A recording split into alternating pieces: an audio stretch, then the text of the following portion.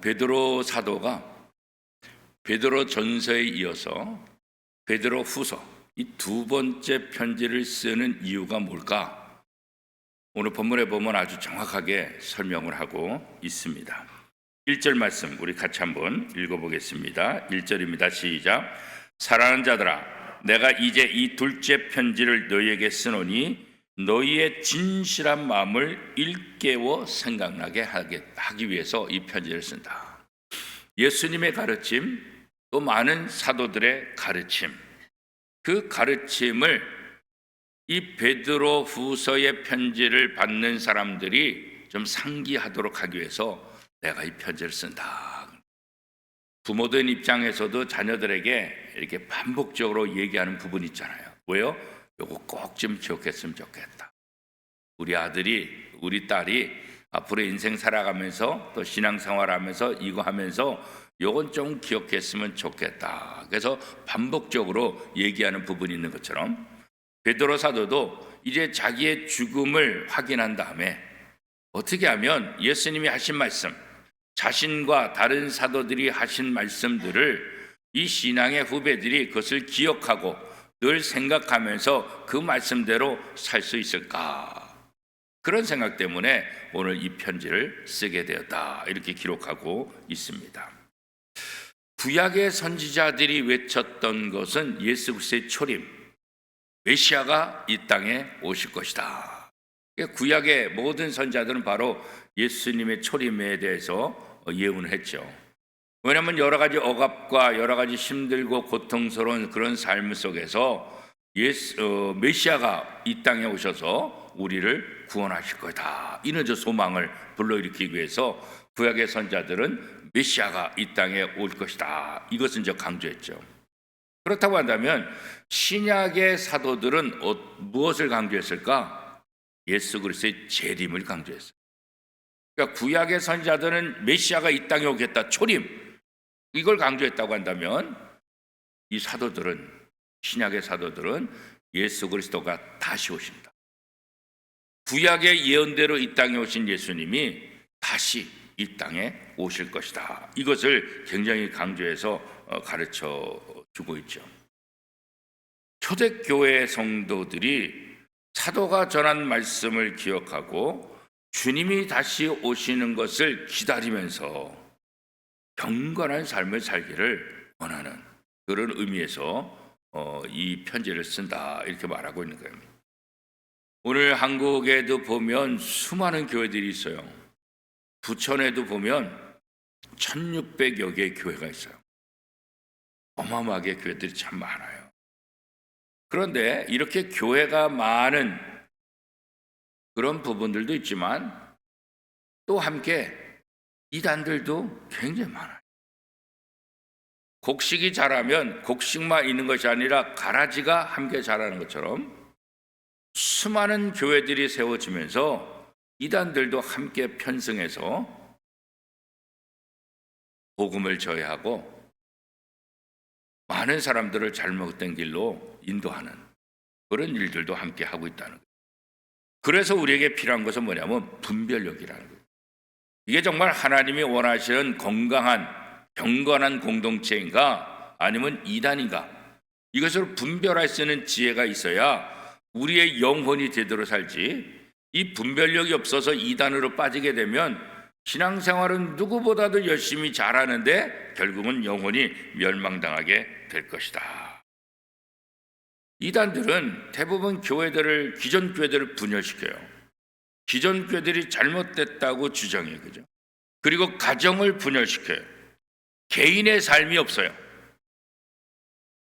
건강한 교회 공동체에는 개인 생활도 중요하고 가정 생활도 중요하고 직장 생활도 중요해요. 그 개인과 가정과 직장을 통해서 하나님의 자녀다움을 선포하라. 그렇게 함을 통해서 복음을 전할 책임이 있다고 얘기하지만 이단들은 개인이 중요한 게 아니에요. 가정이 중요한 게 아니에요. 직장이 중요한 게 아니에요. 그 이단 자체가 훨씬 더 중요하다고 강조를 하고 있어요. 그렇기 때문에 이단에 빠지게 되면 개인의 삶도 망치는 거고 가정도 망치는 거고 직장 생활도 할 수 없도록 그렇게 만들어 버리는 거예요. 그렇죠? 그렇기 때문에 이 이단들의 가르침에서 벗어나려면 우리가 바른 가르침을 받아야 된다. 그러니까 2000년 전 베드로 사도가 이렇게 쓴 것은 그 당시에도 이단의 가르침들이 너무나 만연해 있기 때문에 자기가 죽음을 앞두고 이 신앙의 후배들이 바른 신앙의 길을 걸어가야 되는데 잘못된 가르침 속에 넘어가는 그 모습을 보면서 너무나 마음이 아픈 거예요. 그래서 이렇게 두 번째 편지를 쓰게 된다. 그렇게 말하고 있는 거예요. 그런데 문제는 뭐냐면 이 이단들만 문제냐? 그렇지 않아요. 이 교회 안에서도 잘못된 판단, 잘못된 생각, 하나님의 말씀을 가장한 잘못된 자기의 주장이라든가 이런 것들을 통해서 성도들을 헷갈리게 하는 거예요. 교회를 어지럽게 하는 그런 모습이 있다는 거예요. 이것 또한 이단의 가르침과 함께 교회가 굉장히 경계해야 될 그런 부분들이에요. 정확히 성경이 말하는 의미가 뭘까? 하나님께서 원하신 것이 무엇일까? 바르게 공부를 해야 되고 바른 신앙생활을 해야 되는데 교회 안에서도 종종 보면 이단은 아니지만 이 잘못된 가르침, 자기의 경험과 성경하고 왜곡된 그런 것을 굉장히 주장하고 또 그것을 강조하는 그런 분들이 종종 있게 돼요. 물론 목회자들도 마찬가지예요. 그렇게 된다고 한다면 그 교회는 전체가 힘들어질 수 있고 그런 교회 지도자들, 성도들이 있으면 이게 굉장히 혼란스러워요. 목회하기도 참으로 힘들게 되는 거죠. 그렇기 때문에 우리는 건강한 교회, 건강한 성도가 되기 위해서는 바른 하나님의 말씀에 대한 교육이 필요하고 그 말씀을 내 마음속에 온전히 심어서 그 말씀대로 삶을 살아가고자 하는 그런 결단들, 그런 훈련들이 필요하다. 그런 거죠. 그래서 신앙과 삶이 분리된 것이 아니라 신앙, 하나님과 하나님의 말씀을 믿는 것들이 내 삶 속에서 어떻게 적용되고 어떻게 내 삶을 인도하는가 이게 굉장히 중요한 거예요. 그런데 종종 신앙과 삶을 분리시키는 거예요. 신앙은 신앙이고 삶은 삶이다. 그런 거예요. 그래서 삶을 살아가는데 전혀 신앙적이지 않은 거예요. 하나님의 말씀대로 살지 않으니까 영향력도 없고 전도도 되지 않게 되는 거죠. 우리가 말씀을 기억하기 위해서 늘 하는 것들이 뭐가 필요할까? 성경을 늘 기억하는 거죠. 성경을 늘 묵상하는 거예요. 우리 주보에 보면 주보 뒷면에 새벽 기도에 안내하는 것과 그 옆에 뭐라고 써있냐면 매일 성경 읽기가 있어요. 매일 성경. 매일 성경 읽기. 오늘 7월 5일 금요일자는 잠언 20장에서 24장까지 읽을 내용이다. 이렇게 안내를 하고 있습니다. 요거대로 하게 되면 1년에 한 번 성경을 우리가 읽을 수 있어요. 우리 교육자들도 아침 9시에 모이면 다른 것 안 하고 찬송 부르고 요거 함께 읽어요. 교육자들도.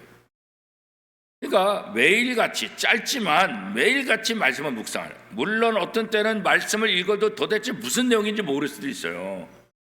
그래도 읽어야 돼요. 어제 안 읽었다 할지라도 오늘 거 읽으면 돼요.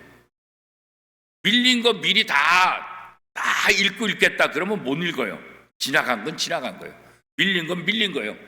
이전 것은 지나갔다 그랬잖아요. 오늘 것만 읽으면 돼. 오늘 것만. 내일 것도 읽을 필요가 없어요. 오늘 것만. 그렇게 꾸준히 하다 보면 성경을 1년에 한 번 읽어요.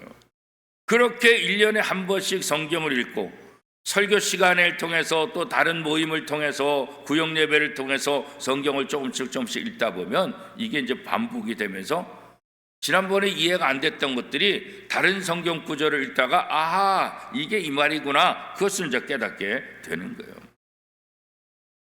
개인적으로 힘들면 새벽기도 나오는 거 굉장히 중요하죠. 새벽기도는 성경을 한 권 한 권 책별로 꾸준하게 나가니까 산발적으로 하나씩 하는 것이 아니라 매일매일 말씀을 이어가니까 그래서 새벽 예배에 나오는 것도 성경을 공부하고 기도하는 데서 굉장히 중요해요. 우리의 신앙을 건강하게 만드는 비결은 다른 것 없어요. 하나님의 말씀과 기도. 이 두 가지를 통해서 우리가 경건한 신앙생활을 할 수가 있게 되는 거죠. 그래야만 새벽기도 나와서 말씀을 읽고 기도하고 그렇잖아요. 그러면 오늘 하루의 삶 속에서도 그게 기억나는 거예요. 오늘 아침에 들은 말씀이 기억나고, 오늘 아침에 부른 찬송이 기억이 나고, 오늘 아침에 기도한 것이 생각이 나서 내 삶이 하나님이 기뻐하시는 삶으로 당연히 갈 수밖에 없는 거예요. 당연히.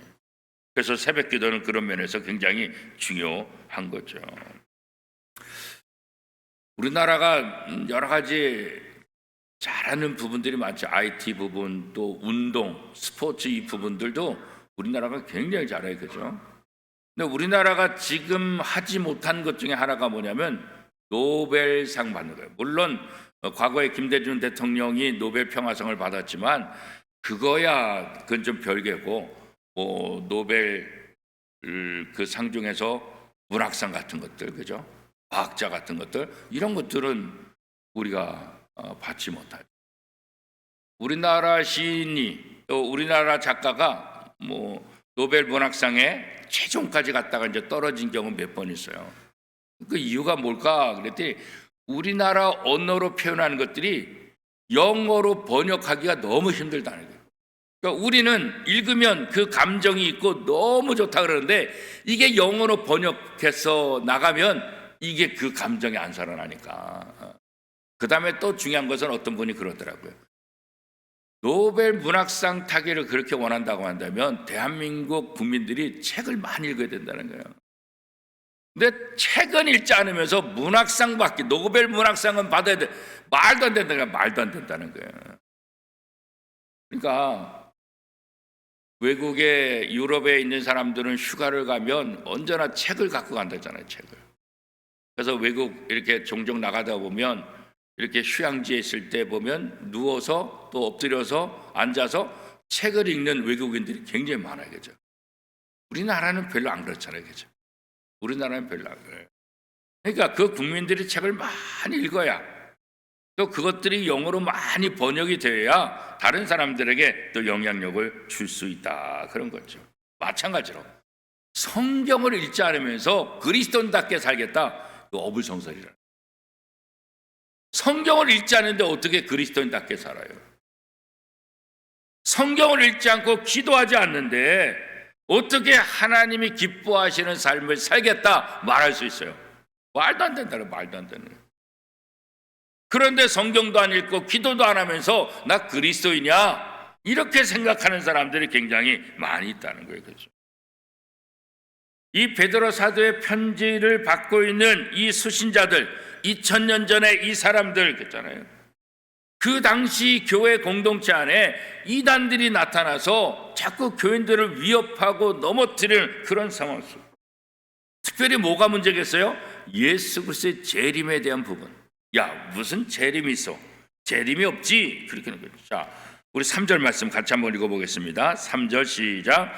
먼저 이것을 알지니 말세에 조롱한 자들이 와서 자기의 정욕을 따라 행하며 조롱하여 4절이요 이르되 주께서 강림하신다는 약속이 어디 있느냐?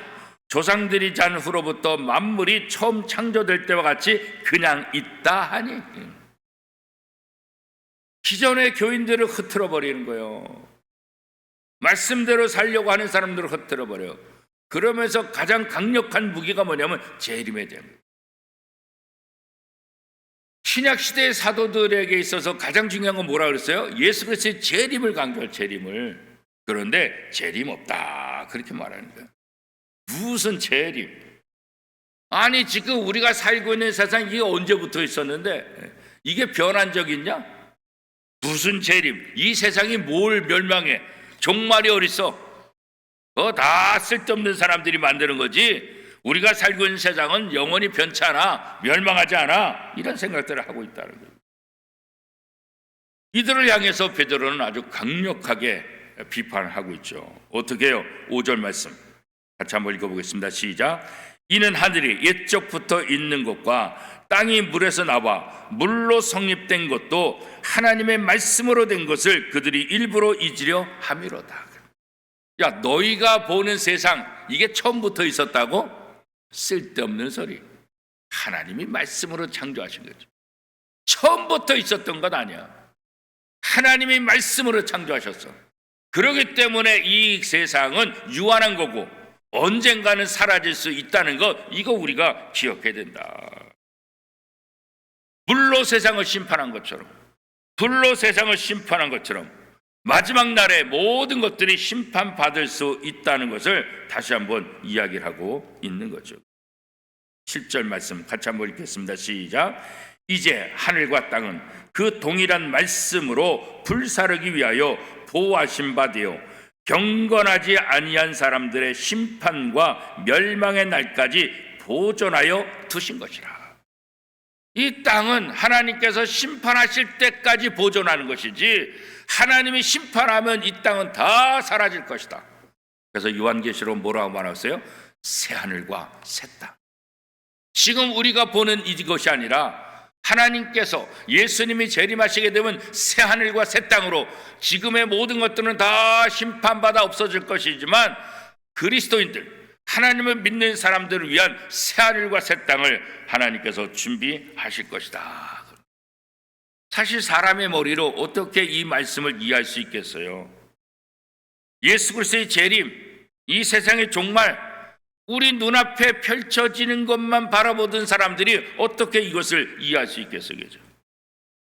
그러나 성경은 반드시 세상에 심판이 있고 반드시 예수님은 재림하실 것이다. 이것을 이 신약시대 사도들은 굉장하게 강조하고 있고, 특별히 베드로는 아주 강력하게 지금 얘기를 하고 있죠. 이 재림 부분, 종말 부분, 사실 지금 이 시대 속에서 재림과 종말 얘기를 하게 되면 자꾸 오해받아요. 왜요? 이단 아닌가 그런 거예요. 시한부 종말론자 아닌가, 옛날에 휴거소 등이 일으켰던 것처럼. 이 재림이 중요한데 재림을 잘못 이용한 사람들 때문에 이 재림과 종말을 이야기하게 되면 혹시 이단 아니야, 이런 오해를 받는 그런 시대 속에 있어요. 그럼에도 불구하고 이 교회가 종말을 이야기하고 이 교회가 재림에 대해서 반드시 선포하고 그것을 준비할 수 있도록 해야 된다. 베드로는 바로 그 이야기를 지금 하고 있는 거예요. 왜냐하면 우리 구원의 완성은 예수 그리스도의 재림을 통해서 완성이 됩니다. 우리는 지금 예수를 믿고 구원받았지만 완전한 구원이 아니라고요. 예수 그리스도께서 재림하고 새하늘과 새 땅으로 우리가 갈 때 온전한 완전한 구원의 역사가 일어난다. 성경 그러고 말하고, 우리는 지금 여기서 구원받았지만 구원을 맛보는 거예요. 진짜 하나님의 나라에 대한 그림자를 우리가 경험하는 거예요. 그죠? 그림자를 만족할 수는 없잖아요. 본체를 봐야 되잖아요. 본체. 새하늘과 새 땅 속에서 하나님이 원하시는 아름다운 그 날을 우리가 봐야 됐잖아요. 그죠? 그렇기 때문에 교회는 이 재림에 대해서 잘 설명해야 되고 이 세상의 종말에 대해서도 잘 설명을 해야 된다. 이 재림이 있어야만 우리의 구원이 온전히 완성된다. 그렇기 때문에 재림에 대한 바른 가르침이 교회 안에 필요한 거예요. 특별히 이 재림시장은 한 번뿐인 인생, 유한한 삶을 살아가는 우리에게서 굉장히 중요해요. 우리는 한 번 이 땅에 살면서 반드시 다 죽음을 경험하잖아요. 안 죽는 사람이 어디 있어요, 그렇죠? 그렇기 때문에 이 죽음을 재림과 연결시켜서 우리의 마지막 죽음이 있는 것처럼 마지막 날 종말 예수 그리스도의 재림이 있다는 것을 기억하며 이 땅에 사는 동안 하나님의 말씀대로 바르게 살, 겸손한 모습. 한 번 죽는 것은 사람에게 정한 것이요 그 위에는 심판이 있으리라. 그렇기 때문에 우리는 죽을 수밖에 없는 존재라는 것 때문에 겸손해집니다. 예수 그리스도의 재림이 있다는 것 때문에 우리는 더 겸손해지고 하나님의 말씀을 의지하며 살아갈 수밖에 없게 되는 거죠. 성경에 보면 우리가 잘 아는 달란트 비유가 있잖아요. 오늘 우리가 이 땅에 살면서 이 달란트 비유를 기억해야 되겠죠. 하나님께서 이 땅에 사는 동안 내게 건강을 주고 재능을 주고 시간을 주셨잖아요. 각자 시간이 다 다른잖아요. 하나님 저 사람은 100살까지 사는데 왜 나는 50살까지밖에 못 살아요? 이렇게 불평할 수 없잖아요. 달란트, 5달란트, 3달란트, 1달란트, 왜 나는 1달란트예요? 불평할 수 없잖아요.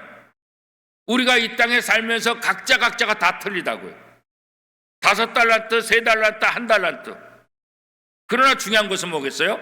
내게 주신 달란트를 가지고 최선을 다하는 거예요. 1달란트 받았다고 땅에 묻었던 사람 어떻게 해요? 예수님한테 책망받았잖아요. 이 달란트 비유가 우리가 이 땅에 살면서 어떠한 삶을 살아야 될지를 우리가 다시 한번 또 알려주고 있는 거예요. 그죠? 우리의 생각을 바꿔주는 거예요. 우리가 영원히 살 사람이 아니다. 우리가 살고 있는 이 눈앞에 보이는 세상이 영원하지 않다. 그렇기 때문에 우리는 우리에게 주어진 시간, 우리에게 주어진 환경, 우리에게 주어진 삶의 현장에서 최선을 다해서 하나님의 말씀을 실천하는 삶을 살아야 돼. 언제까지요? 재림하실 때까지, 재림 때까지. 예수 그리스도의 재림을 부인하는 사람들, 예수 그리스도의 재림을 잘못된 것이라고 조롱하며 잘못된 가르침을 선포하는 그런 사람들, 그죠? 그런 사람들 속에서 하나님을 믿는 신앙이 무엇인가를 분명히 보여줄 책임이 오늘 저와 여러분에게, 우리 교회들에게 있다는 거예요. 그래서 구원받지 못한 모든 사람들이 구원받을 수 있도록 돕는 역할을 하는 것, 이게 바로 성도들 교회의 역할이다. 자, 그러면 왜 예수 그리스도의 재림이 늦어지는 것처럼 느껴질까?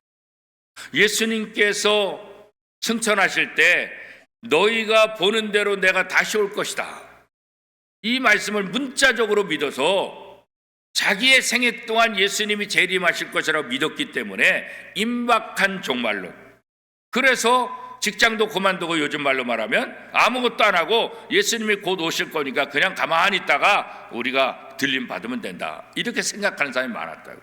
그런데 예수님이 돌아가신 다음에 10년이 지나고 20년이 지나고 30년이 지나고 50년이 지나도 이게 재림이 안 되니까 야, 이거 잘못된 거 아닌가? 뭐가 문제 있는 거 아니냐? 이렇게 이제 사람들이 생각하게 되는 거죠. 오늘 베드로는 그런 사람들을 향해서 이렇게 말씀하고 있습니다. 8절, 9절. 우리 같이 한번 읽어보겠습니다. 8절, 9절. 시작. 사랑하는 자들아, 주께는 하루가 1000년 같고 1000년이 하루 같다는 이 한 가지를 잊지 말라. 주의 약속은 어떤 이들이 더디다고 생각하는 것 같이 더딘 것이 아니라 오직 주께서는 너희를 대하여 오래 참으사 아무도 멸망하지 아니하고 다 회개하기에 이르기를 원하시느니라. 너희가 생각할 때 재림이 늦어진다라고 생각하는 것은 재림이 없는 것도 아니고 재림이 늦어지는 것도 아니다. 하나님의 시간하고 우리의 시간이 다를 뿐이다. 여기 모르겠어요? 주께는 하루가 1000년 같고 1000년이 하루 같다. 내게 1000년 같지만 주님 앞에는 하루 같고, 내게 하루 같지만 주님 앞에는 1000년 같다. 그러니까 우리의 시간으로 계산할 것이 아니라 하나님의 시간으로 이 재림은 계산해야 된다, 그 이야기를 하고 있는 거죠. 그죠? 재림이 왜 늦어지는가? 여기에 대한 베드로 사도에 대한 분명한 대답이 뭐예요? 모든 사람들이 멸망받지 아니하고 다 회개하기에 이르기를 원하느니라. 그러니까 재림이 늦어진다고 생각한다면 왜 늦어질까? 그 이유는 뭐예요? 하나님은 이 땅의 모든 사람들이 구원받기를 원해요. 내 생각에 왜 재림이 늦어지지? 이런 생각이 혹시나 든다고 한다면 한 영혼이라도 하나님이 더 구원하시기 위해서 우리에게 기회를, 시간을 주신 것이다, 이렇게 해석하라는 거예요. 이 말씀을 믿는다고 한다면 오늘 교회들의 역할이 뭘까요? 오늘 성도들의 역할이 뭘까요? 다른 것 없어요. 복음을 전하는 거예요. 그렇죠? 한 영혼이라도 더 예수 믿게 하기 위해서 재림이 늦어진다. 재림이 늦어지는 이유가 분명하잖아요. 그러면 어떻게 해요? 우리는 그 이유를 알기 때문에 한 영혼이라도 더 구원받을 수 있도록 복음을 전하는 삶, 이것이 우리 성도들의 사명이고 교회의 사명이다. 오늘 내가 이 세상 속에서 하루하루 살아가면서 나는 이 사명을 잘 수행하고 있는가? 이 사명대로 내 삶을 살고 있는가? 이거 다시 한번 늘 점검을 해야 된다는 거죠. 다양한 이론과 다양한 유혹을 통해서 혼탁한 이 세상, 이기심으로 가득한 이 세상 속에서 진리의 말씀, 복음을 전파해서 그런 사람들이 구원받을 수 있도록 돕는 역할, 그게 바로 교회 역할이다. 그래서 이 복음 전파는 교회의 마지막 책임, 마지막 사명, 성도들의 마지막 사명. 예수님께서는 어떻게 말씀하셨어요? 강권해서라도 내 집을 채우라. 그렇게 말합니다. 강권해서라도 하나님의 집을 채우라. 누가복음 14장 23절 말씀해 보면 주인이 종에게 이르되 길과 산 울타리 가로 나가서 사람을 강권하여 데려다가 내 집을 채우라. 이것이 오늘 이 시대 교회에 주신 사명이고 저와 여러분에게 주신 사명이라. 그러기 위해서 우리에게 이 전도가 얼마나 중요한가. 전도는 삶과 분리해서는 안 된다. 전도와 삶이 분리된 것이 아니라 이 전도는 우리의 삶 속에 일어나는 거고 우리의 삶은 전도하기 위한 삶이 되어야 된다. 그러기 위해서 중요한 게 뭐겠어요? 우리가 먼저 경건해지는 거예요. 우리의 삶을 바르게 하는 거예요. 내가 하나님 나라 복음을 전하기 위해서 내가 바르게 살고 내가 하나님의 말씀대로 실천하는 삶을 살아야 다른 사람들에게 영향력을 주지. 내가 경건하지 않고 내가 참된 신앙생활을 하지 않으면서 어떻게 복음을 전할 수가 있겠어요? 그죠? 무엇보다도 우리 원미동 교회가 건강한 공동체가 돼요. 우리 교회가 건강한 공동체, 경건한 공동체가 되어야 다른 사람들을 인도하잖아요. 여러분이 어떤 모임에 초대받았을 때 이 모임이 뭐 하는 모임이야? 이거 문제 있대, 이상하대. 그럼 가겠어요? 안 가죠. 근데 이 모임 뭐야? 여기 들어오면 사람들이 늘 행복하고 즐겁고 삶의 의미가 있고 하루하루 신나게 살아. 그래? 그런 데가 있어? 나도 한번 갈까? 그런 생각 들지 않겠어요? 그죠? 이 교회가 세상 사람들에게 매력이 있는 곳이 돼야 돼요. 이 교회가 세상 사람들에게 야, 나도 한번 가야 되겠다. 그런 교회가 돼요. 그러기 위해서 어떻게 해요? 이 교회 구성원들 한 사람 한 사람, 저와 여러분이 바른 삶을 살아요. 세상 사람들에게 매력적인 삶을 살아요. 그래서 원미동 교회가 또 이 땅의 교회들이 경건한 공동체다. 나도 저 경건한 공동체, 저 건강한 공동체에 속하고 싶다. 이런 마음이 들 수 있도록. 그래서 우리 원미동 교회가 경건하고 건강한 공동체가 되어서 많은 사람들을 하나님 앞에 인도하는 그런 정말 아름다운 교회, 정말 하나님 원하시는 그런 교회가 되고 그 일을 감당하는 저와 여러분의 삶이 될 수 있기를 축복합니다.